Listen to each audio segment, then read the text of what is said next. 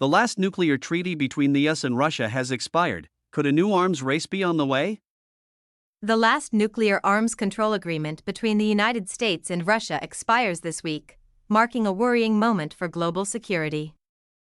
The treaty, known as New START, signed in 2010 by Presidents Barack Obama and Dmitry Medvedev, expired on February 5, 2026, and there are no ongoing negotiations to extend it or replace it with a new one. This agreement limited the long-range strategic nuclear forces of the two nations, which together possess about 87% of all the world's nuclear weapons.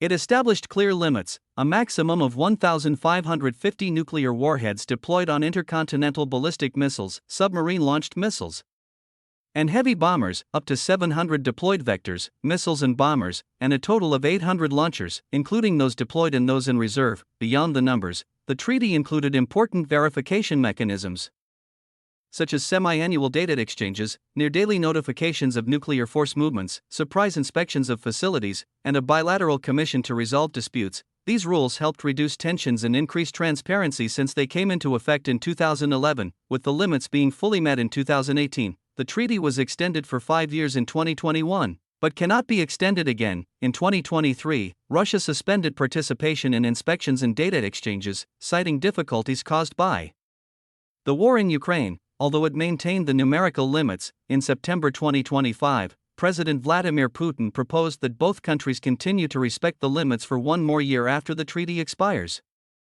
with the possibility of extension, provided the United States did the same. Donald Trump commented that the idea sounded good, but there was no formal official response from the US, and he even said that if the treaty expires, it really expires, promising to negotiate something better in the future, possibly including China, which refuses to participate in trilateral agreements because it has a much smaller arsenal, less than 12% of the American and 11% of the Russian.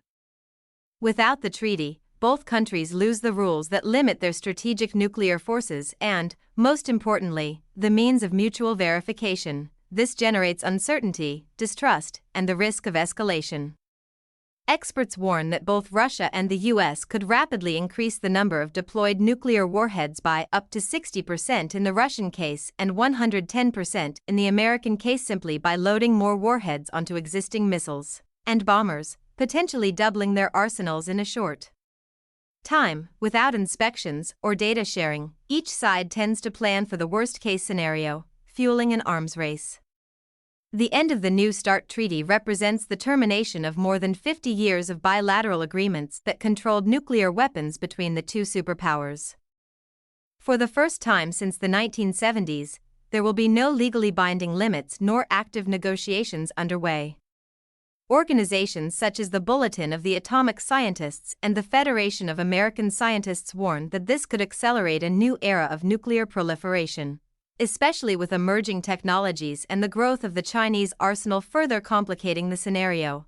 Although nuclear disarmament seems distant at the moment, some experts argue that the two sides could, at least informally, agree to maintain the current limits while new negotiations are prepared. Ideally, there would be progress toward a verifiable agreement involving all nuclear-armed nations, fulfilling the commitment of the 1968 Nuclear Non-Proliferation Treaty to pursue total disarmament. However, recent actions such as Russian nuclear threats and American modernizations point in the opposite direction.